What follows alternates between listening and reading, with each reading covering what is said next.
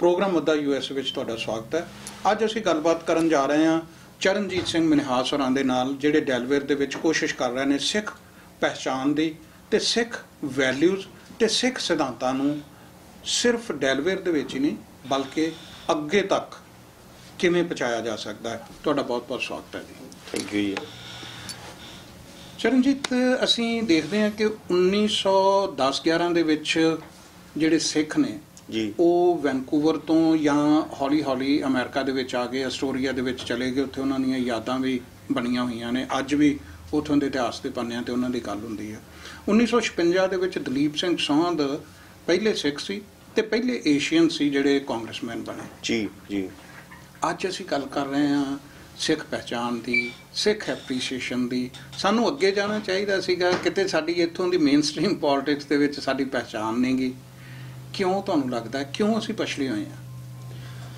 ਇਹਦਾ ਵੱਡਾ ਕਾਰਨ ਜੀ, ਜਦੋਂ ਦਲੀਪ ਸਿੰਘ ਸੌਂਧ ਜੀ ਜਾਂ ਜਿਹੜੇ ਉਹਨਾਂ ਦੇ ਸਮਕਾਲੀ ਹੋਰ ਸਿੱਖ ਇੱਥੇ ਪਹੁੰਚੇ ਨੇ ਜਾਂ ਹੋਰ ਦੇਸ਼ਾਂ 'ਚ ਵੀ ਗਏ ਨੇ, ਉਹ ਬਹੁਤ ਸਾਰੇ ਜਿਹੜੇ ਸੀਗੇ ਉਹ ਸੂਝਵਾਨ ਸੀ ਕਾਬਲੀਅਤ ਦੇ ਹਿਸਾਬ ਦੇ ਨਾਲ। ਕਾਬਲੀਅਤ ਤੋਂ ਮੇਰਾ ਮਤਲਬ ਵੀ ਉਹਨਾਂ ਕੋਲ ਸੋਚਣ ਦਾ ਰੁਝਾਨ ਸੀ, ਸੋਚ ਦੀ ਲੋਹ ਸੀ ਇਹਨਾਂ ਕੋਲ।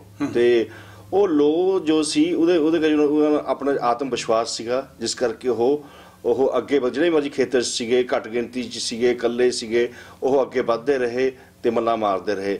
ਹੁਣ ਜਿਹੜੇ ਹੈਗੇ ਆ ਸਿੱਖ ਜ਼ਿਆਦਾਤਰ ਜਾਂ ਇੰਡੀਅਨ ਵੀ ਹੈਗੇ ਨੇ, ਉਹ ਇੱਥੇ ਜ਼ਿਆਦਾਤਰ ਆਉਂਦੇ ਨੇ ਤਾਂ ਉਹ ਆਰਥਿਕ ਕਾਰਨਾਂ ਕਰਕੇ ਆਉਂਦੇ ਨੇ, ਨਾ ਕਿ ਆਪਣੀ ਕਾਬਲੀਅਤ ਦੇ ਹਿਸਾਬ ਦੇ ਨਾਲ।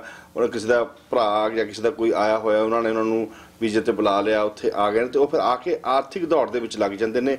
ਤਾਂ ਉਹਨਾਂ ਦੀ ਆਪਣੀ ਜਿਹੜੀ ਸ਼ਖਸੀਅਤ ਨੂੰ, ਆਪਣੀ ਸੋਚ ਨੂੰ ਨਿਖਾਰਨ ਦਾ ਜਿਹੜਾ ਹੈਗਾ ਰੁਝਾਨ ਉਹ ਨਹੀਂ ਰਹਿੰਦਾ ਹੈ।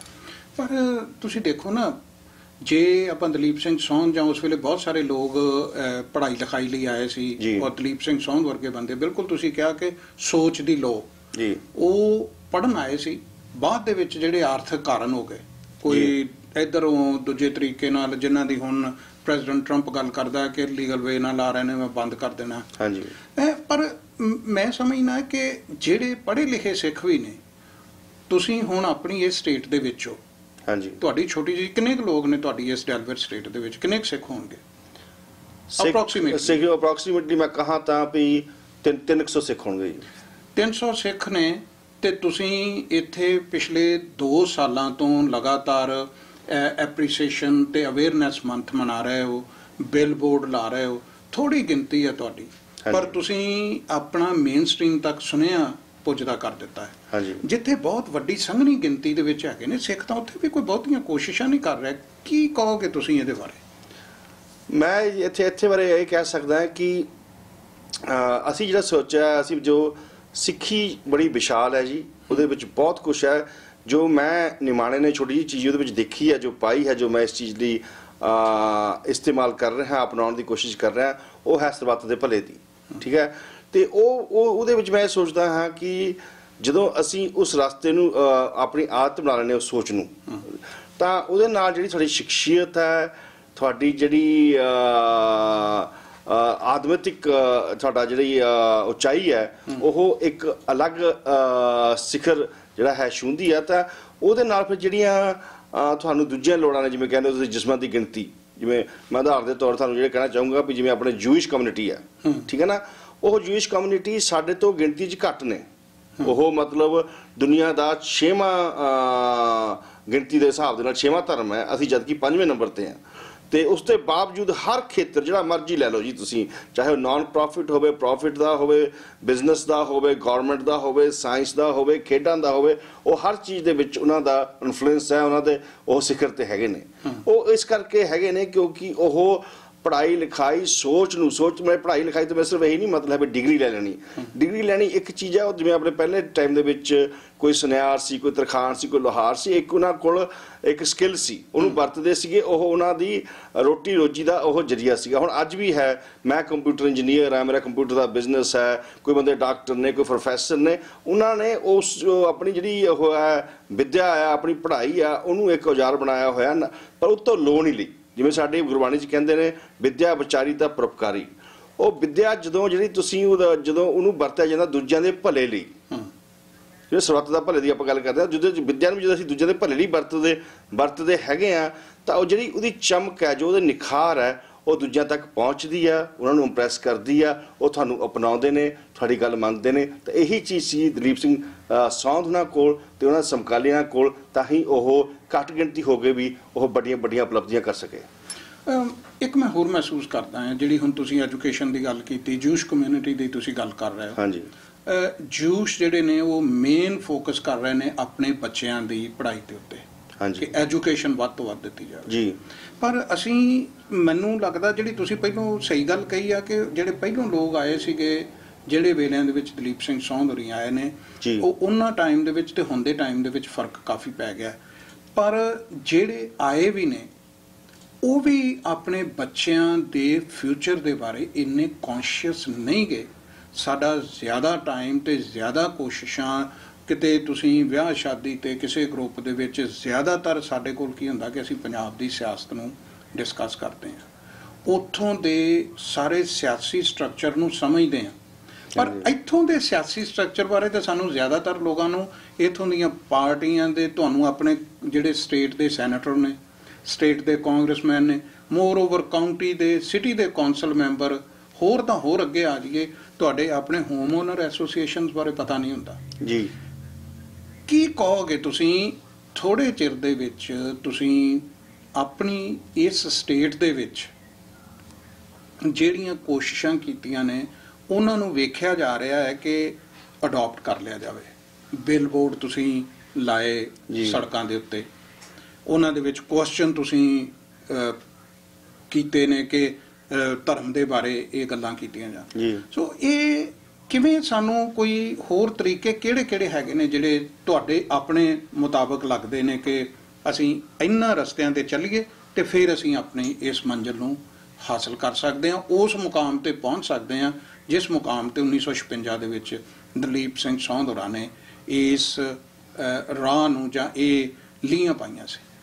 ਮੈਂ ਤੁਹਾਨੂੰ ਸਾਹਿਬ ਜੀ ਬੜਾ ਵਧੀਆ ਕੁਐਸਚਨ ਪੁੱਛਿਆ ਜੀ। ਮੈਂ ਇਹ ਕਹੂੰਗਾ ਕਿ 1956 ਤੋਂ ਜਿਹੜੇ ਦਲੀਪ ਸਿੰਘ ਸੌਂਧ ਹੁਣੀ ਜਿਹੜੀ ਪ੍ਰਾਪਤੀਆਂ ਕੀਤੀਆਂ ਨੇ, ਉਹੀ ਨਹੀਂ, ਉਹ ਤੋਂ ਪਹਿਲਾਂ ਵੀ ਜਿਹੜੇ ਸਿੱਖਾਂ ਨੇ ਉਪਲਬਧੀਆਂ ਕੀਤੀਆਂ ਨੇ, ਚਾਹੇ ਉਹ ਇੰਡੀਆ ਸੀ ਜਾਂ ਕਿਤੇ ਹੋਰ ਜਗ੍ਹਾ ਵੀ, ਉਹ ਸ਼ਖਸੀਅਤਾਂ ਜਿਹੜੀਆਂ ਸੀਗੀਆਂ ਜੀ, ਉਹਨਾਂ ਨੇ, ਚਾਹੇ ਆਪਾਂ ਭਾਈ ਕਨ੍ਹਈਆ ਜੀ ਦੀ ਗੱਲ ਕਰੀਏ, ਉਹਨਾਂ ਨੇ ਜਿਹੜੀ ਇੱਕ ਉਸ ਚੀਜ਼ 'ਚ ਵਿਸ਼ਵਾਸ ਰੱਖਿਆ ਹੈਗਾ ਕਿ ਜਿਹੜਾ ਸਰਬੱਤ ਦਾ ਭਲਾ ਹੈ, ਚਾਹੇ ਕੋਈ ਪੜ੍ਹਾਈ ਲਿਖਾਈ ਕੀਤੀ ਸੀ ਕਿਸੇ ਨੇ, ਗੱਲ ਇਹ ਹੈ ਕਿ ਉਹਨਾਂ ਦੀ ਸੋਚ ਦੇ ਵਿੱਚ ਜੋ ਅੰਦਰ ਸੀ, ਅੰਦਰੋਂ ਲੋਹ ਸੀ, ਉਹ ਲੋਹ ਕਰਕੇ ਵੀ ਦੂਜਿਆਂ ਦਾ ਅਸੀਂ ਫਾਇਦਾ ਕਰਨਾ ਹੈ, ਦੂਜਿਆਂ ਨਾਲ ਮਿਲਣਾ, ਨਾ ਕਿ ਅਸੀਂ ਅਲੱਗ ਹੋ ਜਾਣਾ ਹੈ। ਤੁਹਾਨੂੰ ਮੈਂ ਇੱਕ ਉਦਾਹਰਨ ਦਿੰਦਾ ਜੀ, ਆਪਣੇ ਬੜੀ ਅਦਭੁਤ ਕਰਾਮਾਤੀ ਚੀਜ਼ ਹੈ, ਦੇਖੋ ਤਾਂ ਸਾਡੇ ਗੁਰੂ ਗ੍ਰੰਥ ਸਾਹਿਬ ਦੇ ਵਿੱਚ ਅੰਗ 1380 ਤੇ ਬਹੁਤ ਹੀ ਕਰਾਮਾਤੀ ਚੀਜ਼ ਹੈ, ਜਿੱਥੇ ਤੁਸੀਂ ਦੇਖਿਆ ਜਾਵੇ ਕਿੱਦਾਂ ਸੰਵਾਦ ਰਚਿਆ ਹੋਇਆ ਹੈ ਕਿ ਫਰੀਦ ਜੀ, ਜਿਨ੍ਹਾਂ ਦਾ ਜਨਮ 1179 ਦੇ ਵਿੱਚ 1179 ਦੇ ਵਿੱਚ ਹੋਇਆ, ਉਹ ਆਪਣੀ ਪੰਕਤੀ ਜਿੱਥੇ ਕਹਿ ਰਹੇ ਨੇ, ਫਰੀਦਾ ਰਤੀ ਰਤ ਨਾ ਨਿਕਲੇ ਜੇ ਤਨ ਚੀਰੇ ਕੋਈ, ਜੋ ਤਨ ਰਤੇ ਰੱਬ ਸਿਉ ਤਿੰਨ ਤਨ ਰਤ ਨਾ ਹੋਏ।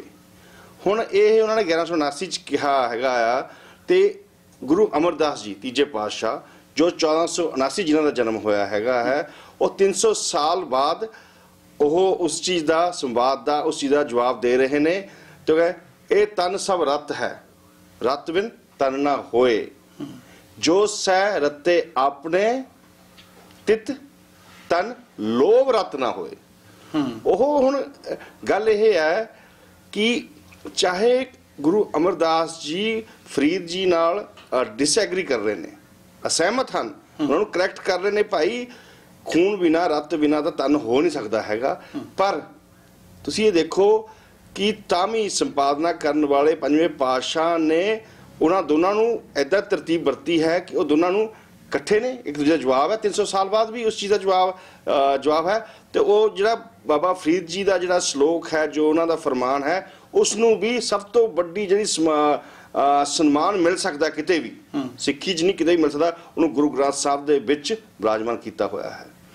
ਆਪਣੇ ਦਰਸ਼ਕਾਂ ਨੂੰ ਦੱਸ ਦਈਏ ਕਿ ਜਿਹੜੀ ਗੱਲਬਾਤ ਅਸੀਂ ਕਰ ਰਹੇ ਹਾਂ, ਜਦੋਂ ਅਸੀਂ ਆਪਣੀ ਪਹਿਚਾਣ ਦੀ ਗੱਲ ਕਰਦੇ ਹਾਂ, ਕਿਉਂ ਪਛੜੇ ਹੋਏ ਹਾਂ, ਕਿਉਂ ਅਸੀਂ ਉਹਨਾਂ ਉਚਾਈਆਂ ਨੂੰ ਹਾਸਲ ਨਹੀਂ ਕਰ ਸਕੇ ਜਿਹੜੀਆਂ ਉਚਾਈਆਂ ਸਾਡੇ ਪਹਿਲੇ ਸਿੱਖ ਆਏ ਨੇ ਉਹਨਾਂ ਨੇ ਕੀਤੀਆਂ ਸੀ, ਤੇ ਉਦੋਂ ਸਾਨੂੰ ਇਹ ਮਹਿਸੂਸ ਹੁੰਦਾ ਹੈ ਕਿ ਸਿੱਖੀ ਦੇ ਵਿੱਚ ਵੀ ਅਸੀਂ ਤੇ ਸਿੱਖੀ ਸਿਧਾਂਤਾਂ ਦੇ ਪ੍ਰਸਾਰ ਦੇ ਵਿੱਚ ਵੀ ਪਿੱਛੇ ਹਾਂ। ਪਰ ਇਹਦੇ ਨਾਲ ਨਾਲ ਜਿਵੇਂ ਚਰਨਜੀਤ ਮਿਨਹਾਸ ਜੀ ਗੱਲਬਾਤ ਕਰ ਰਹੇ ਨੇ ਕਿ ਅਸੀਂ ਗੁਰਬਾਣੀ ਨੂੰ ਸਮਝੀਏ ਵੀ ਤੇ ਫਿਰ ਉਹਦਾ ਮੈਸੇਜ ਜਿਹੜਾ ਆ ਉਹ ਅੱਗੇ ਵੀ ਪਹੁੰਚਾਈਏ। ਪਰ ਇਹਦੇ ਨਾਲ ਨਾਲ ਚਰਨਜੀਤ ਅਸੀਂ ਸਮਝਾਂਗੇ ਕਿ ਇਸ ਵੇਲੇ ਤੁਸੀਂ ਕੰਪਿਊਟਰ ਦੇ ਨਾਲ ਜੁੜੇ ਹੋਏ ਹੋ, ਜਿਹੜੀ ਮਾਡਰਨ ਟੈਕਨੋਲੋਜੀ ਆ ਉਹਦੇ ਰਾਹੀਂ ਵੀ ਅਸੀਂ ਬੁਲੰਦੀਆਂ ਹਾਸਲ ਕਰਕੇ ਆਪਣਾ ਮੁਕਾਮ ਬਣਾ ਸਕਦੇ ਹਾਂ। ਇਹਦੇ ਬਾਰੇ ਆਪਾਂ ਗੱਲ ਕਰਦੇ ਹਾਂ, ਪਰ ਇੱਕ ਛੋਟੀ ਜਿਹੀ ਬ੍ਰੇਕ ਤੋਂ ਬਾਅਦ।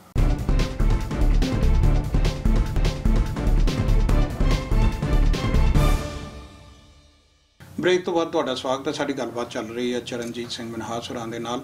ਚਰਨਜੀਤ, ਤੁਸੀਂ ਦੇਖਦੇ, ਜਿਵੇਂ ਤੁਸੀਂ ਗੱਲ ਕਰ ਰਹੇ ਸੀਗੇ ਬ੍ਰੇਕ ਤੇ ਜਾਣ ਤੋਂ ਪਹਿਲਾਂ, ਕਿ ਗੁਰਬਾਣੀ ਦੇ ਵਿੱਚ ਬਹੁਤ ਸਾਰੇ ਸਾਨੂੰ ਹਵਾਲੇ ਮਿਲਦੇ ਨੇ, ਬਹੁਤ ਸਾਰੀਆਂ ਜਿਨ੍ਹਾਂ ਦੇ ਵਿੱਚ ਸੰਵਾਦ ਦੀ ਗੱਲ ਆ, ਔਰ ਉਹ ਸੰਵਾਦ ਅਸੀਂ ਤਦ ਹੀ ਰਚਾ ਸਕਦੇ ਹਾਂ ਜੇ ਅਸੀਂ ਐਜੂਕੇਸ਼ਨ, ਨੌਲੇਜ ਸਾਡੇ ਕੋਲ ਫੈਕਟਸ ਹੋਣ।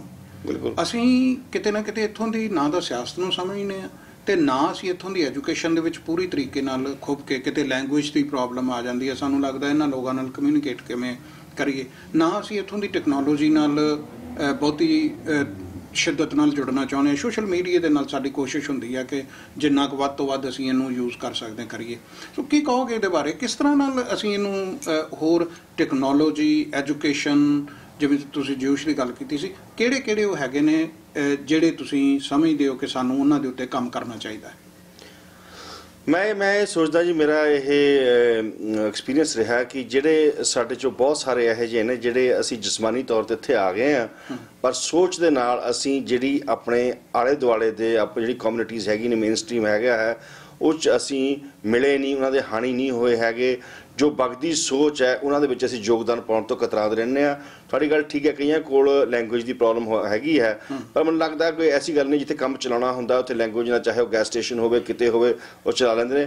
ਜੇ ਸਾਡੇ ਮਨ ਦੇ ਵਿੱਚ ਉਹ ਚੰਗਾਲਾ ਹੋਊਗਾ, ਸਾਡੇ ਮਨ ਦੇ ਵਿੱਚ ਉਹ ਇਨੀਸ਼ੀਏਟਿਵ ਲੈਣ ਦੀ ਵਿਸ਼ਵਾਸ ਹੋਊਗਾ, ਅਸੀਂ ਸਮਝਾਂਗੇ, ਤਾਂ ਉਹ ਪ੍ਰੋਬਲਮ ਕੋਈ ਹੱਲ ਕਰਨੀ ਔਖੀ ਨਹੀਂ ਹੈਗੀ। ਜਿਨ੍ਹਾਂ ਨੂੰ ਚੰਗੀ ਤੋਂ ਚੰਗੀ ਇੰਗਲਿਸ਼ ਆਉਂਦੀ ਵੀ ਹੈਗੀ ਆ, ਬਹੁਤ ਵਧੀਆ ਹੈਗੇ ਨੇ ਹਰ ਜਗ੍ਹਾ ਦੇ ਉੱਤੇ, ਚਾਹੇ ਉਹ ਡਾਕਟਰ ਨੇ, ਇੰਜੀਨੀਅਰ ਨੇ, ਪ੍ਰੋਫੈਸਰ ਵੀ, ਉਹ ਵੀ ਕਿਤੇ ਨਹੀਂ ਦਿਖਦੇ। ਮੈਂ ਤੁਹਾਨੂੰ ਉਦਾਹਰਨ ਦਿੰਦਾ ਜੀ, ਮਾਰਚ 14 ਨੂੰ ਪਹਿਲਾਂ ਬੱਚਿਆਂ ਨੇ ਇੱਥੇ ਅਮਰੀਕਾ ਦੇ ਵਿੱਚ ਵਾਕਆਊਟ ਕੀਤਾ ਸੀਗਾ, ਜਿਹੜੇ ਇੱਥੇ ਫਲੋਰੀਡਾ ਦੇ ਵਿੱਚ ਜਿਹੜਾ ਬੱਚਿਆਂ ਦੀ ਡੈਥ ਹੋਈ ਸੀਗੀ, ਤੇ ਫਿਰ ਉਸ ਤੋਂ ਬਾਅਦ ਮਾਰਚ 24 ਨੂੰ ਜਿਹੜਾ ਸੀਗਾ ਮਾਰਚ ਫॉर ਆਵਰ ਲਾਈਫਸ, ਤਾਂ ਉਹ ਸੀਗਾ। ਇਹਦੇ ਵਿੱਚ ਤੁਸੀਂ ਮਤਲਬ ਦੇਖੋ ਤਾਂ ਕੋਈ ਮਤਲਬ ਸਿੱਖ ਜਿਹੜੇ ਹੈਗੇ ਨੇ, ਅਸੀਂ ਹਮੇਸ਼ਾ ਕਹਿੰਦੇ ਰਹੇ ਹਾਂ ਕਿ ਅਸੀਂ ਜਿੱਥੇ ਵੀ ਅਨਿਆਏ ਹੁੰਦਾ, ਜਿੱਥੇ ਅਸੀਂ ਮੋਹਰੇ ਹੁੰਦੇ ਹਾਂ, ਪਰ ਇੱਥੇ ਕੋਈ ਦੇਖਣ ਨੂੰ ਨਹੀਂ ਮਿਲਦੇ। ਹੁਣ ਸਾਡੇ ਇੱਥੇ ਡੈਲਾਵੇਅਰ ਦੇ ਵਿੱਚ ਮਤਲਬ ਇਹ ਨਹੀਂ ਹੈ ਕਿ ਵੀ ਸਾਨੂੰ ਕੋਈ ਰੋਕ ਰਿਹਾ ਜੀ, ਕਿਵੇਂ ਕਹਿੰਦੇ ਤੁਹਾਨੂੰ ਉਹ, ਐਸੀ ਕੋਈ ਗੱਲ ਨਹੀਂ ਹੈ। ਮੇਰੀ ਬੇਟੀ ਨੇ ਇੱਥੇ ਆਪਣਾ ਟਾਵਰ ਹਿਲ ਸਕੂਲ ਹੈ, ਉਹ ਡੂ ਪੌਂਟਸ ਦਾ ਬਣਾਇਆ ਹੋਇਆ, 1919 ਦਾ ਪ੍ਰਾਈਵੇਟ ਸਕੂਲ ਹੈ, ਤਾਂ ਉੱਥੇ ਕਦੇ ਮਤਲਬ ਹੀ ਨਹੀਂ ਹੈ ਕਿ ਕੋਈ ਇਹੋ ਜਿਹੀ ਚੀਜ਼ ਮਤਲਬ ਹੋ ਸਕਦੀ ਹੋਵੇ, ਕਿਉਂਕਿ ਕਾਫੀ ਰਿਪਬਲਿਕਨ ਉਹਦਾ ਵਾਲਾ ਸਕੂਲ ਹੈਗਾ। ਤਾਂ ਉੱਥੇ ਉਹ ਬੇਟੀ ਨੇ ਜਾ ਕੇ ਉੱਥੇ ਕਿਹਾ, ਉਹਨਾਂ ਨੂੰ ਉਹਨੇ ਕਨਵਿੰਸ ਕੀਤਾ ਹੈਗਾ ਸਕੂਲ ਦੇ ਐਡਮਿਨਿਸਟ੍ਰੇਸ਼ਨ ਨੂੰ, ਉਹ ਨਾ ਚਾਹੁੰਦੇ ਹੋਏ ਕਰਦੇ ਵੀ ਉਹਨਾਂ ਅਖੀਰ ਨੂੰ ਉਹਦੀ ਗੱਲ ਮੰਨਣੀ ਪਈ ਹੈ, ਤਾਂ ਉਹਨੇ ਉੱਥੇ ਵਾਕਆਊਟ ਕੀਤਾ। ਤੇ ਉਹਦੇ ਨਾਲ ਸਾਰਾ ਜਿਹੜਾ ਉਹਦਾ ਹਾਈ ਸਕੂਲ ਹੀ ਨਹੀਂ ਸਗੋਂ ਮਿਡਲ ਸਕੂਲ ਵੀ ਉਹਦੇ ਨਾਲ ਸ਼ਾਮਲ ਹੋਇਆ, ਤੇ ਉਹਨੂੰ ਬਹੁਤ ਤਕੜਾ ਹੰਗਾਰਾ ਮਿਲਿਆ। ਤੇ ਉਸ ਤੋਂ ਬਾਅਦ ਫਿਰ ਗਵਰਨਰ ਨੇ ਵੀ ਉੱਥੇ ਬੁਲਾਇਆ, ਉੱਥੇ ਜਾ ਕੇ ਉਹ ਗਵਰਨਰ ਨੂੰ ਵੀ ਜਾ ਕੇ ਮਿਲੀ। ਤੇ ਉਸ ਤੋਂ ਬਾਅਦ ਜਦੋਂ ਮਾਰਚ 24 ਨੂੰ ਸੀਗਾ, ਜਿੱਥੇ ਆਪਣੇ ਪੁਰਾਣੇ ਵਾਈਸ ਪ੍ਰੈਜ਼ੀਡੈਂਟ ਜੋ ਬਾਈਡਨ ਸਾਹਿਬ ਉਹ ਵੀ ਉੱਥੇ ਆਏ ਹੋਏ ਸੀਗੇ, ਸਪੀਕਰ ਸੀਗੇ, ਉਹ ਬੇਟੀ ਵੀ ਉੱਥੇ ਸਪੀਕਰ ਸੀਗੀ ਆਪਣੇ ਉਹਦੇ। ਤੇ ਇਸ ਕਰਕੇ ਜਦੋਂ ਅਸੀਂ ਕੋਸ਼ਿਸ਼ ਕਰਾਂਗੇ ਤਾਂ ਉਹ ਇਸ ਕਰਕੇ ਨਹੀਂ ਹੁੰਦਾ ਹੈਗਾ ਕਿ ਤੁਸੀਂ ਗਿਣਤੀ ਜਿੱਥੇ 20,000 ਹੋ ਜਾਂ ਤੁਸੀਂ 2 ਕਰੋੜ ਹੋ ਜਾਂ 10 ਲੱਖ ਹੋ। ਉਹ ਇਹ ਹੈਗਾ ਤੁਹਾਡੀ ਸੋਚ, ਤੁਹਾਨੂੰ ਆਪਣੇ ਆਪ 'ਤੇ ਵਿਸ਼ਵਾਸ ਹੈ ਕਿ ਨਹੀਂ ਹੈ। ਜੇ ਤੁਹਾਨੂੰ ਆਪਣਾ ਵਿਸ਼ਵਾਸ ਹੈਗਾ, ਆਪਣੀ ਸੋਚ ਵਿਸ਼ਵਾਸ ਹੈਗਾ, ਤਾਂ ਇਹ ਚੀਜ਼ਾਂ ਸੰਭਵ ਨੇ, ਹੋ ਸਕਦੀਆਂ ਨੇ। ਆਪਣੇ ਦਰਸ਼ਕਾਂ ਨੂੰ ਦੱਸ ਦਈਏ ਕਿ ਜਦੋਂ March for hour lives student ਕਰ ਰਹੇ ਸੀ ਗਨ ਕੰਟਰੋਲ ਦੇ ਮੁੱਦੇ ਨੂੰ ਲੈ ਕੇ, ਬਹੁਤ ਘੱਟ ਗਿਣਤੀ ਦੇ ਵਿੱਚ ਸਿੱਖ ਵਿਰਲੇ ਟਾਵੇਂ ਉਸ ਵੱਡੀ ਮੇਨ ਸਟਰੀਮ ਦਾ ਹਿੱਸਾ ਬਣਨ ਤੋਂ ਰਹਿ ਗਏ ਨੇ। ਇਹ ਵੀ ਇੱਕ ਬਹੁਤ ਵੱਡਾ ਇਸ਼ੂ ਹੈ ਜਿਹਦੇ ਬਾਰੇ ਮਿਨਹਾਸ ਜੀ ਨੇ ਗੱਲ ਕੀਤੀ ਹੈ ਕਿ ਅਸੀਂ ਵੱਧ ਤੋਂ ਵੱਧ ਗਿਣਤੀ ਦੇ ਵਿੱਚ ਉੱਥੇ ਪਹੁੰਚ ਕੇ ਆਪਣੀ ਪ੍ਰੈਜ਼ੈਂਸ ਦੱਸ ਸਕਦੇ ਸੀਗੇ, ਜਿਹੜੇ ਸਾਨੂੰ ਵੱਖ-ਵੱਖ ਤਰੀਕਿਆਂ ਨਾਲ ਬਣਾਉਣ ਦੀ ਕੋਸ਼ਿਸ਼ ਕਰਨੀ ਪਏ। ਪਰ ਤੁਸੀਂ ਜਿਹੜੀ ਗੱਲ ਕਰ ਰਹੇ ਸੀਗੇ ਕਿ ਅਸੀਂ ਜਿਸਮਾਨੀ ਤੌਰ 'ਤੇ ਇੱਥੇ ਆ ਗਏ ਹਾਂ, ਪਰ ਕਿਤੇ ਨਾ ਕਿਤੇ ਸੋਚ ਦੇ ਲੈਵਲ 'ਤੇ ਉੱਥੇ ਜੁੜੇ ਹੋਏ ਹਾਂ। ਤੁਸੀਂ ਦੇਖੋ ਕਿ ਜਦੋਂ ਹੁਣ ਟੈਕਨੋਲੋਜੀ, ਤੁਸੀਂ ਖੁਦ ਕੰਪਿਊਟਰ ਇੰਡਸਟਰੀ ਨਾਲ ਜੁੜੇ ਹੋਏ ਹੋ ਜੀ, ਤੇ ਜਦੋਂ ਯੂਥ ਜਿਹੜਾ ਉੱਥੋਂ ਇਲੀਗਲ ਤਰੀਕੇ ਨਾਲ ਆਉਣ ਦੀ ਕੋਸ਼ਿਸ਼ ਕਰਦਾ ਫਿਰ ਇੱਥੇ ਕਈ ਕਿਸਮ ਦੇ ਝਮੇਲੇ, ਕਈ ਕਿਸਮ ਦੇ ਉਹਨਾਂ ਨੂੰ ਮੁਸ਼ਕਲਾਂ ਆਉਂਦੀਆਂ ਨੇ, ਕਈ ਚਿਰ ਲੱਗ ਜਾਂਦਾ ਹੈ। ਹੁਣ ਤਾਂ ਹਾਲਾਤ ਉਂਝ ਵੀ ਹੋਰ ਕਾਫੀ ਬਦਲ ਗਏ ਨੇ ਇੱਥੋਂ ਦੇ ਸਿਸਟਮ ਦੇ ਵਿੱਚ ਵੀ। ਕੀ ਕਹੋਗੇ ਉੱਥੋਂ ਦੇ ਸਿਸਟਮ ਦੇ ਬਾਰੇ ਵੀ ਜਿਹੜੇ ਬੱਚੇ ਨੇ ਕਿਸ ਤਰ੍ਹਾਂ ਦੀ ਐਜੂਕੇਸ਼ਨ ਲੈਣ ਤੇ ਕਿਵੇਂ ਉਹ ਜਦੋਂ ਇੱਥੇ ਆਉਣਾ ਆ ਪ੍ਰੋਪਰ ਢੰਗ ਨਾਲ ਆਉਣ? ਮੈਂ ਪੰਜਾਬ ਜਾਂਦੇ ਹਾਂ ਅਸੀਂ ਜਾਂ ਹੋਰ ਵੀ ਜਿਹੜੇ ਸਾਡੇ ਸਿੱਖ ਜਿਹੜੇ ਯੂਥ ਮਿਲਦੇ ਨੇ, ਉਹ ਮੈਨੂੰ ਇਹ ਨਹੀਂ ਲੱਗਦਾ ਹੈ ਕਿ ਉਹਨਾਂ ਨੂੰ ਪੜ੍ਹਾਈ, ਵੈਸੇ ਪੜ੍ਹਾਈ ਜਿੰਨੀ ਕਰਨ ਉਹਨਾਂ ਚੰਗੀ ਗੱਲ ਹੈ, ਪਰ ਪੜ੍ਹਾਈ ਦੀ ਐਸ ਸੱਚ ਜਿਹੜੀ ਪ੍ਰੋਬਲਮ ਇਹ ਹੈਗੀ ਹੈ ਕਿ ਉਹਨਾਂ ਨੂੰ ਪੜ੍ਹਾਈ ਦੇ ਵਿੱਚ ਔਰ ਜਿਹੜਾ ਉਹ 'ਚੋਂ ਹੁਨਰ ਲੈਂਦੇ ਨੇ, ਜਿਹੜੀ ਨੌਲੇਜ ਲੈਂਦੇ ਨੇ, ਉਹਦੇ ਵਿੱਚ ਵਿਸ਼ਵਾਸ ਨਹੀਂ ਹੈ ਉਹਨਾਂ ਨੂੰ। ਮੈਂ ਤਾਂ ਦੱਸ ਸਕਦਾ ਕਿਉਂਕਿ ਮੈਂ 20 ਸਾਲ ਤੋਂ ਇਹ ਕੰਪਨੀ ਚਲਾ ਰਿਹਾ, ਇਹਦੇ ਵਿੱਚ ਹਜ਼ਾਰਾਂ H1 ਤੇ ਵੀਜ਼ੇ ਦੇ ਉੱਤੇ ਇਕੱਲੇ ਇੰਡੀਆ ਤੋਂ ਨਹੀਂ, ਮਤਲਬ ਦੁਨੀਆ ਦੇ ਵੱਖ-ਵੱਖ ਦੇਸ਼ਾਂ ਤੋਂ ਲਿਆਂਦੇ, ਸਾਨੂੰ ਲੋੜ ਪੈਂਦੀ ਰਹਿੰਦੀ ਆ। ਹਜ਼ਾਰਾਂ ਇੱਥੋਂ ਗ੍ਰੀਨ ਕਾਰਡ ਮੇਰੇ ਹੱਥੋਂ ਹੋਏ ਨੇ, ਮੇਰੇ ਹੱਥੋਂ ਵੀ ਮੈਂ ਸਾਈਨ ਕੀਤੇ ਆ ਤੇ ਕੰਪਨੀ ਦੇ ਮਤਲਬ ਉਹ ਥਰੂ ਹੋਏ ਨੇ। ਪਰ ਜੇ ਤੁਸੀਂ ਸੋਚੋ, ਮੈਂ ਹੁਣ ਸਿੱਖ ਹੋਣ ਦੇ ਨਾਤੇ, ਚਾਹੇ ਬਾਕੀ ਸਾਰਿਆਂ ਨਾਲ ਪਿਆਰ ਆਪਾਂ ਸਵਾਤੇ ਭਲੇ ਦੀ ਗੱਲ ਕਰਦੇ ਹਾਂ, ਮੈਂ ਬਹੁਤ ਅਟੁੱਟ ਵਿਸ਼ਵਾਸ ਹੈ ਮੇਰਾ ਦਾ, ਪਰ ਫਿਰ ਵੀ ਇੱਕ ਸਿੱਖ ਹੋਣ ਦੇ ਨਾਤੇ, ਇੱਕ ਪੰਜਾਬੀ ਹੋਣ ਦੇ ਨਾਤੇ, ਇੱਕ ਪੰਜਾਬੀ ਨਾਲ, ਇੱਕ ਸਿੱਖ ਨਾਲ ਮੈਂ ਕੋਈ ਹੋਵੇ ਜਿਹਨੂੰ ਲੋੜ ਹੋਵੇ ਤਾਂ ਮੈਂ ਉਹਦਾ ਉਹ ਕਰਨਾ ਚਾਹੂੰਗਾ। ਪਰ ਉਹ ਸਾਡੇ ਜਿਹੜੇ ਹੈਗੇ ਨੇ ਉਹ ਉਸ ਚੀਜ਼ ਦਾ ਫਾਇਦਾ ਨਹੀਂ ਉਠਾਉਂਦੇ। ਉਹਨਾਂ ਨੂੰ ਜੇ ਕਹੋ ਵੀ ਤੁਸੀਂ ਇਹ ਚੀਜ਼ ਹੋ ਸਕਦੀ ਹੈ ਸੰਭਵ, ਤੁਸੀਂ ਆਹ ਚੀਜ਼ ਇੱਦਾਂ ਦਾ ਕਰ ਲਓ, ਉਹਨਾਂ ਨੂੰ ਇਸ ਚੀਜ਼ ਵਿਸ਼ਵਾਸ ਹੀ ਉਹਨਾਂ ਨੂੰ ਕਰਾਂ। ਉਹਨਾਂ ਨੂੰ ਇਹ ਲੱਗਦਾ ਵੀ ਕੋਈ ਵਿਆਹ ਦੀ ਜਾਂ ਕੋਈ ਏਜੰਟ ਦੀ ਗੱਲ ਮੰਨ ਲੈਣਗੇ ਉਹ, ਕਿ ਅਸੀਂ ਮੁਫਤ ਲਿਆਉਣ ਨੂੰ ਤਿਆਰ ਆ, ਉਹਨਾਂ ਦੇ ਵੀਜ਼ੇ ਦੇ ਖਰਚੇ ਕਰਨ ਨੂੰ ਤਿਆਰ ਆ, ਉਹਨਾਂ ਦੀ ਫਲਾਈਟ ਦੀ ਟਿਕਟ ਇੰਡੀਆ ਦੇ ਉੱਥੇ ਲਾਉਣ ਨੂੰ ਅਸੀਂ ਤਿਆਰ ਆ। ਉਹ ਸਾਡੇ ਉਸ ਚੀਜ਼ ਵਿਸ਼ਵਾਸ ਨਹੀਂ ਹੈਗਾ ਉਹਨਾਂ ਨੂੰ। ਚਲੋ ਇਹ ਹੌਲੀ ਮੇਰੇ ਖਿਆਲ 'ਚ ਜਿਵੇਂ ਆਪਾਂ ਗੱਲਬਾਤ ਕਰ ਰਹੇ ਹਾਂ, ਇਹ ਸੁਨੇਹਾ ਜਿਹੜਾ ਆ ਉਹ ਸਾਡੇ ਦਰਸ਼ਕਾਂ ਤੱਕ ਜਾਊਗਾ, ਸ਼ਾਇਦ ਹੋਰ ਅਵੇਅਰਨੈਸ ਆਵੇ ਤੇ ਉਹ ਇਸ ਤਰੀਕੇ ਨਾਲ ਸਹੀ ਤਰੀਕੇ ਨਾਲ ਲੀਗਲ ਢੰਗ ਨਾਲ ਬਾਹਰਲੇ ਮੁਲਕਾਂ ਦੇ ਵਿੱਚ ਜਾਣ। ਪਰ ਤੁਸੀਂ ਜਿਹੜੀ ਇਹ ਸਿੱਖ ਅਵੇਅਰਨੈਸ ਦੀ ਗੱਲ ਕਰਦੇ ਪਏ ਹੋ, ਇਹਦੇ ਤੋਂ ਬਿਨਾਂ ਹੋਰ ਤੁਸੀਂ ਕੀ ਉਪਰਾਲੇ ਕਰਦੇ ਹੋ ਇੱਥੇ ਅਵੇਅਰਨੈਸ ਲਿਆਉਣ ਲਈ? ਤੁਹਾਡੇ ਕਮਿਊਨਿਟੀ ਦੇ ਲੈਵਲ ਤੇ ਕਿਸ ਤਰ੍ਹਾਂ ਵਿਚਰਦੇ ਹੋ ਤੇ ਕਿਵੇਂ ਇਹਨਾਂ ਦੇ ਨਾਲ ਜਿਹੜੀ ਤੁਸੀਂ ਇੱਥੋਂ ਦੀ ਮੇਨ ਸਟ੍ਰੀਮ ਪੋਲਿਟਿਕਸ ਆ ਉਹਦੇ ਵਿੱਚ ਤੁਸੀਂ ਇਮਰਜ ਹੋ ਰਹੇ ਹੋ, ਆਪਣੀ ਪਛਾਣ ਬਣਾ ਰਹੇ ਹੋ? ਜੀ ਅਸੀਂ ਜਿਹੜੀ ਵੱਖ-ਵੱਖ ਉਪਰਾਲੇ ਕਈ ਕੀਤੇ ਨੇ ਜੀ, ਉਹਨਾਂ ਉਪਰਾਲਿਆਂ ਦਾ ਜਿਹੜਾ ਸਾਡਾ ਮੂਲ ਉਹ ਰਿਹਾ ਹੈਗਾ ਵੀ ਅਸੀਂ ਕਿਸੇ ਨੂੰ ਦੱਸਣ ਨੂੰ ਵੀ ਅਸੀਂ ਸਿੱਖਾਂ ਜੀ, ਸਿੱਖ ਬਹੁਤ ਚੰਗੇ ਹੁੰਦੇ ਨੇ, ਤਾਂ ਕਹਿਣ ਨਾਲੋਂ ਅਸੀਂ ਕੁਛ ਮਿਸਾਲਾਂ ਬਣਾਈਏ, ਕੁਛ ਕੰਮ ਬਣਾਈਏ ਜਿਹਨੂੰ ਲੋਕ ਦੇਖਣ, ਨਿਹਾਰਨ ਤੇ ਉਹ ਆਪਣੇ ਆਪ ਫਿਰ ਸਮਝਣ ਵੀ ਹਾਂ ਯਾਰ ਇਹ ਜਿਹੜੇ ਕਰ ਰਹੇ ਨੇ ਬੰਦੇ, ਇਹ ਸਿੱਖ ਚੰਗੇ ਨੇ, ਕੌਣ ਨੇ ਇਹ, ਤੇ ਸਾਡਾ ਇੱਕ ਚੰਗੀ ਮਿਸਾਲ ਵਜੋਂ ਅਸੀਂ ਉਹਨਾਂ ਨੂੰ ਪੇਸ਼ ਹੋਈਏ। ਜਿਵੇਂ ਕਿ ਤੁਸੀਂ ਅੱਜ ਇਹ ਦੇਖਦੇ ਹੋ, ਇਹਦੇ ਵਿੱਚ ਕੀ ਹੈ ਕਿ ਇਹ ਤਿੰਨੋਂ ਜਿਹੜੇ ਇਹ ਹੈਗੇ ਨੇ, ਇਹ ਤਿੰਨੋਂ ਅਲੱਗ ਰੰਗ ਦੇ, ਅਲੱਗ ਜਿਹੜੀ ਰੀਜਨ ਹੈਗਾ ਆ, ਐਥਨੀਸਿਟੀ ਹੈਗੀ ਆ, ਧਰਮ ਵੀ ਅਲੱਗ ਨੇ ਤਿੰਨਾਂ ਦੇ ਤੇ ਉਹਦੇ ਵਿੱਚ। ਪਰ ਅਸੀਂ ਕੀ ਕੀਤਾ ਹੈਗਾ, ਸਿਰਫ ਇੰਨਾ ਇਹ ਹੈ ਕਿ ਅਸੀਂ ਉੱਪਰ ਜਿਹੜੇ ਰੰਗ ਨੇ, ਜਿਹੜੇ ਉਹਨਾਂ ਦੇ ਪੱਗਾਂ ਦੇ ਰੰਗ ਨੇ, ਉਹ ਅਮਰੀਕਾ ਦੇ ਝੰਡੇ ਦੇ ਰੰਗ ਨੇ। ਉਹ ਜਦੋਂ ਅਮਰੀਕਾ ਦੇ ਵਿੱਚ ਸਕੂਲ ਦੇ ਵਿੱਚ ਬੱਚੇ ਨੂੰ ਪੜ੍ਹਾਇਆ ਜਾਂਦਾ ਅਮਰੀਕਾ ਦੇ ਝੰਡੇ ਦਾ ਰੰਗ, ਤਾਂ ਉਹਨਾਂ ਨੂੰ ਕਿਹਾ ਜਾਂਦਾ ਲਾਲ, ਚਿੱਟਾ ਤੇ ਨੀਲਾ, ਰੈੱਡ, ਬਲੂ ਐਂਡ ਵਾਈਟ, ਉਹ ਆਰਡਰ ਹੈ। ਤੇ ਜਦੋਂ ਅਸੀਂ ਪੜ੍ਹਦੇ ਹਾਂ ਰੰਗ ਨੂੰ, ਜਦੋਂ ਅਸੀਂ ਕਿਸੇ ਪੜ੍ਹਾਈ ਪੜ੍ਹੀਏ, ਅਸੀਂ ਖੱਬੇ ਸੱਜੇ ਨੂੰ ਪੜ੍ਹਦੇ ਹਾਂ। ਤੇ ਇਸ ਕਰਕੇ ਤਿੰਨਾਂ ਨੂੰ ਉਸ ਸੀਕੁਐਂਸ ਦੇ ਵਿੱਚ ਖੜਾ ਕੀਤਾ ਸੀ ਵੀ ਰੈੱਡ, ਵਾਈਟ ਤੇ ਬਲੂ। ਸੋ ਵੀ ਅਸੀਂ ਭਾਈ ਜਿਹੜੇ ਮਰਜ਼ੀ ਅਸੀਂ ਰੰਗ ਦੇ ਹੋਈਏ, ਅਸੀਂ ਅਲੱਗ ਹੈਗੇ ਹਾਂ, ਪਰ ਅਸੀਂ totally we are American and Sikhs are very much part of America. ਅਸੀਂ ਅਮਰੀਕਾ ਦੇ ਖਿਲਾਫ ਜਾਂ ਵੈਸਟਰਨ ਕੰਟਰੀ ਦੇ ਖਿਲਾਫ ਨਹੀਂ ਹੈਗੇ, ਅਸੀਂ ਉਹਦਾ ਭਾਗ ਹਾਂ। ਜਿਹੜੇ ਇੱਥੇ ਵੱਖ-ਵੱਖ ਧਰਮਾਂ ਦੇ ਕੋਈ ਇੰਟਰਫੇਥ ਹੁੰਦੇ ਨੇ ਜਾਂ ਜਦੋਂ ਵੀ ਕੋਈ ਇਹੋ ਜਿਹਾ ਮੌਕਾ ਮਿਲਦਾ ਤੁਸੀਂ ਉਹਨਾਂ 'ਚ ਸ਼ਮੂਲੀਅਤ ਕਰਦੇ ਹੋ? ਬਿਲਕੁਲ ਜੀ, ਹਮੇਸ਼ਾ, ਕਦੇ ਕੋਈ ਇਹੋ ਜਿਹਾ ਮੌਕਾ ਨਹੀਂ ਹੋਇਆ ਹੈਗਾ ਜਿਹੜਾ ਕਦੇ ਛੱਡਿਆ ਹੋਵੇ। ਉਹ ਇਸ ਕਰਕੇ ਨਹੀਂ ਹੈ ਕਿ ਮੈਂ ਸਿਰਫ ਸਿੱਖ ਪਹਿਚਾਣ ਨੂੰ ਬਣਾਉਣ ਵਾਸਤੇ ਹੀ ਉਹ ਆਪਣੇ ਆਪ ਹੋ ਜਾਂਦੀ ਹੈ, ਪਰ ਵੈਸੇ ਵੀ ਹੁਣ ਇੰਨੇ ਟਾਈਮ ਤੋਂ ਕਰਦੇ ਰਹੇ ਆ, ਇੰਨਾ ਮਿਲਦੇ ਗਿਲਦੇ ਹੈਗੇ ਆ। ਹੁਣ ਜਿਵੇਂ ਇੱਕ ਚਰਚ ਦੇ ਸੈਂਥੀਆ ਰੋਬਿਨਸਨ ਨੇ, ਤੇ ਉਹ ਮੇਰੇ ਭੈਣ ਬਣੇ ਹੋਏ ਨੇ ਜੀ, ਤੇ ਠੀਕ ਹੈ। ਤੇ ਹੋਰ ਜਿਹੜੇ ਹੈਗੇ ਨੇ ਉਹ ਬੜੇ ਚੰਗੇ ਦੋਸਤ ਬਣੇ ਹੋਏ ਨੇ, ਚਾਹੇ ਉਹ ਆਪਣੀ ਮਸਜਿਦ 'ਚ ਹੋਵੇ, ਕਦੇ ਕਦੇ ਕੋਈ ਉਹ ਚੀਜ਼ ਹੋਈ ਆ ਤੇ ਉਹਨਾਂ ਨੂੰ ਲੋੜ ਆ, ਆਪਾਂ ਉੱਥੇ ਪਹੁੰਚੇ ਹੈਗੇ ਆ। ਤੇ ਜਦੋਂ ਚਾਹੇ ਕੋਈ ਆਪਣੀ ਜਿਊਇਸ਼ ਟੈਂਪਲ ਹੈ, ਚਾਹੇ ਕੋਈ ਕ੍ਰਿਸਚਨ ਦੀਆਂ ਅਲੱਗ-ਅਲੱਗ ਡਿਨੋਮੀਨੇਸ਼ਨ, ਮੈਥੋਡਿਸਟ ਚਰਚ ਹੈ, ਪ੍ਰੈਸਬੀਟੇਰੀਅਨ ਚਰਚ ਹੈ, ਐਪਸੀਕੋਬਲ ਚਰਚ ਹੈ, ਸੇਂਟ ਥਾਮਸ ਚਰਚ ਹੈ, ਕਈ ਚਰਚ ਨੇ, ਉਹਦੇ ਹਮੇਸ਼ਾ ਪਹੁੰਚਦੇ ਆ। ਔਰ ਉੱਥੇ ਜਾ ਕੇ ਅਸੀਂ ਦੱਸਦੇ ਹਾਂ, ਜਿਵੇਂ ਥੈਂਕਸਗਿਵਿੰਗ ਦੀ ਪ੍ਰੇਅਰ ਦੇ ਉੱਤੇ ਅਸੀਂ ਦੱਸਿਆ ਵੀ ਜਿਹੜਾ ਮੈਂ ਜੋ ਛੋਟਾ ਹੁੰਦਾ ਸੀ, ਸਰਬੱਤ ਦਾ ਭਲਾ ਹਰੇਕ ਅਰਦਾਸ ਤੋਂ ਬਾਅਦ ਸੁਣਦੇ ਸੀ ਕਿ ਸਰਬੱਤ ਦਾ ਭਲਾ ਹੈ ਕੀ ਚੀਜ਼, ਤਾਂ ਹੁੰਦਾ ਤਾਂ ਹੈ ਨਹੀਂ, ਇਹ ਤਾਂ ਗੱਲਾਂ ਹੀ ਨੇ। ਪਰ ਜਦੋਂ ਇੱਥੇ ਆਏ ਆ ਮੈਂ ਦੇਖਿਆ ਥੈਂਕਸਗਿਵਿੰਗ ਮਨਾਉਂਦੇ ਨੇ, ਤਾਂ ਕਿੱਦਾਂ ਮਨਾਉ, ਕੀ ਇਹਦਾ ਕਾਰਨ? ਤਾਂ ਉਹਨਾਂ ਨੇ ਕਿਹਾ ਵੀ ਇੱਦਾਂ ਜੇ ਬੰਦੇ ਆਏ ਸੀ, ਉਹਨਾਂ ਨੇ ਖਾਣਾ ਪੀਣਾ ਦਿੱਤਾ, ਉਹਨਾਂ ਨੂੰ ਲੋੜ ਸੀ, ਤਾਂ ਮੈਂ ਦੇਖਿਆ ਵੀ ਇਹ ਜਿਹੜਾ ਸਰਬੱਤ ਦੇ ਭਲੇ ਦਾ ਇਹ ਐਕਚੁਅਲੀ ਜਿਹੜਾ ਹੈਗਾ ਹੈ, ਇਹ ਪ੍ਰੈਕਟੀਕਲ ਜਿਹੜਾ ਹੈਗਾ ਹੈ ਪ੍ਰਗਟਾਵਾ ਹੈ। ਕਿਉਂਕਿ ਉਹਨਾਂ ਬੰਦਿਆਂ ਨੂੰ ਜਿਨ੍ਹਾਂ ਨੂੰ ਲੋੜ ਸੀ, ਉਹਨਾਂ ਦੇ ਧਰਮ ਦੇ ਨਹੀਂ ਸੀ, ਉਹਨਾਂ ਦੀ ਬੋਲੀ ਦੇ ਨਹੀਂ ਸੀ, ਉਹਨਾਂ ਦੇ ਪਿੰਡ ਦੇ ਨਹੀਂ ਸੀ, ਕੁਛ ਨਹੀਂ, ਪਰ ਉਹਨਾਂ ਦਾ ਫਿਰ ਵੀ ਉਹਨਾਂ ਨੇ ਮਦਦ ਕੀਤੀ। ਆਪਣੇ ਦਰਸ਼ਕਾਂ ਨੂੰ ਦੱਸ ਦਈਏ ਕਿ ਡੈਲਵੇਅਰ ਦੇ ਵਿੱਚ ਚਰਨਜੀਤ ਸਿੰਘ ਮਨਹਾਸ ਪਿਛਲੇ 15-18 ਸਾਲ ਤੋਂ ਮੇਰੇ ਖਿਆਲ ਜੀ 18 ਸਾਲ ਤੋਂ, ਔਰ ਇਹਨਾਂ ਨੇ ਕੋਸ਼ਿਸ਼ ਕੀਤੀ ਹੈ ਕਿ ਇੱਥੋਂ ਦੇ ਜਿਹੜੀਆਂ ਇਹਨਾਂ ਨੇ ਗੱਲਾਂ ਦੱਸੀਆਂ ਨੇ ਕਿ ਇੱਥੋਂ ਦੇ ਜਿਹੜਾ ਥ੍ਰੈਡ ਆ ਉਹਦਾ ਇੱਕ ਹਿੱਸਾ ਬਣ ਸਕਣ, ਔਰ ਰੈਗੂਲਰਲੀ ਉਹਨਾਂ ਲੋਕਾਂ ਦੇ ਵਿੱਚ ਵਿਚਰਦੇ ਨੇ। ਪਰ ਇਸ ਸਟੇਟ ਦੇ ਵਿੱਚ ਜਿਹਦੀ ਗਿਣਤੀ 1 ਮਿਲੀਅਨ ਤੋਂ ਵੀ 9.5 ਲੱਖ ਦੇ ਕਰੀਬ ਇਹਨਾਂ ਦੀ ਇੱਥੇ ਟੋਟਲ ਗਿਣਤੀ ਆ, ਜਿਹਦੇ ਵਿੱਚ ਮਾਈਨੋਰਿਟੀਜ਼ ਕੋਈ 15% ਦੇ ਕਰੀਬ ਹੋਣਗੀਆਂ ਓਵਰਆਲ ਮੇਰੇ ਖਿਆਲ ਦੇ ਵਿੱਚ। ਮਿਨੋਰਿਟੀ ਤਾਂ ਬਹੁਤ ਘੱਟ ਹੈ ਜੀ 15% ਤੋਂ, ਪਰ ਜਿਹੜੀ ਮਿਨੋਰਿਟੀਜ਼ ਹੈਗੀਆਂ ਨੇ ਉਹਦੇ ਵਿੱਚ ਜਿਹੜਾ ਇੰਡੀਅਨ ਇੰਡੀਅਨ ਪਾਪੂਲੇਸ਼ਨ ਹੈ ਉਹ 14.8% ਕੋਈ 15% ਹੈ। ਜਿਹੜੀ ਮਿਨੋਰਿਟੀਜ਼ ਹੈਗੀਆਂ ਉਹਦੇ ਵਿੱਚ ਵੀ ਸੈਕੰਡ ਲਾਰਜੈਸਟ ਹੈ ਅਸੀਂ ਮੈਕਸੀਕਨਸ ਤੋਂ ਬਾਅਦ। ਹਾਂਜੀ, ਬਾਕੀ ਭਾਈਚਾਰਿਆਂ ਦੇ ਨਾਲ ਤੁਹਾਡਾ ਕਿਸ ਤਰ੍ਹਾਂ ਜਿਹੜਾ ਇੰਡੀਅਨ ਸਾਰੀ ਕਮਿਊਨਿਟੀ ਹੈ ਇੱਥੇ, ਤੁਸੀਂ ਇਹ ਸਾਰੇ ਕੋਸ਼ਿਸ਼ ਕਰਦੇ ਹੋ ਕਿ ਹਿੰਦੂ, ਮੁਸਲਿਮ, ਸਿੱਖ, ਕ੍ਰਿਸਚੀਅਨ ਸਾਰੇ ਇਕੱਠੇ ਹੋ ਕੇ ਵੀ ਤੁਹਾਡੇ ਇੱਥੇ ਇਸ ਤਰ੍ਹਾਂ ਦੇ ਪ੍ਰੋਗਰਾਮ ਤੁਸੀਂ ਕਰਦੇ ਹੋ? ਬਿਲਕੁਲ ਜੀ, ਚਾਹੇ ਉਹ ਮੇਰਾ ਆਫਿਸ ਹੈ, ਉਹਦੇ ਵਿੱਚ ਹਰ ਧਰਮ ਦਾ ਬੰਦਾ ਕੰਮ ਕਰਦਾ। ਅਸੀਂ ਬਾਕੀ ਹੋਰ ਕੋਈ ਵੀ ਚੀਜ਼, ਅਸੀਂ ਚਾਹੇ ਕੋਈ ਜਿਵੇਂ ਅਸੀਂ ਆਪਣੀ ਆਉਣ ਵਾਲੀ ਵਿਸਾਖੀ ਵਾਲੇ ਦਿਨ 4 ਤਰੀਕ ਨੂੰ ਅਸੀਂ ਇੰਟਰਫੇਥ ਵਾਕ ਕਰਾ ਰਹੇ ਹਾਂ। ਇੰਟਰਫੇਥ ਵਾਕ ਦੇ ਵਿੱਚ ਅਸੀਂ ਇਹਨੂੰ ਇਹ ਨਹੀਂ ਕਿਹਾ ਵੀ ਸਿੱਖ ਹੈ ਉਹ ਹੈ, ਠੀਕ ਹੈ ਨਾ, ਤੇ ਇੰਟਰਫੇਥ ਦੀ ਵਾਕ ਤੇ ਉਹਦਾ ਸਾਡਾ ਆਈਡੀਆ ਇਹ ਹੈ ਕਿ ਜਿਵੇਂ ਸਾਡਾ ਇੱਕ ਸਨੋਫਲੇਕ ਹੁੰਦਾ ਜੀ, ਉਹ ਯੂਨੀਕ ਹੁੰਦਾ, ਉਹਦੇ 2 ਸਨੋਫਲੇਕ ਕਦੇ ਇਕਸਾਰ ਨਹੀਂ ਹੁੰਦੇ ਹੈਗੇ, ਤੇ ਇਸੇ ਤਰ੍ਹਾਂ 2 ਮਨੁੱਖ ਨੇ ਜਿਹੜੇ ਇਕਸਾਰ ਨਹੀਂ ਹੈਗੇ,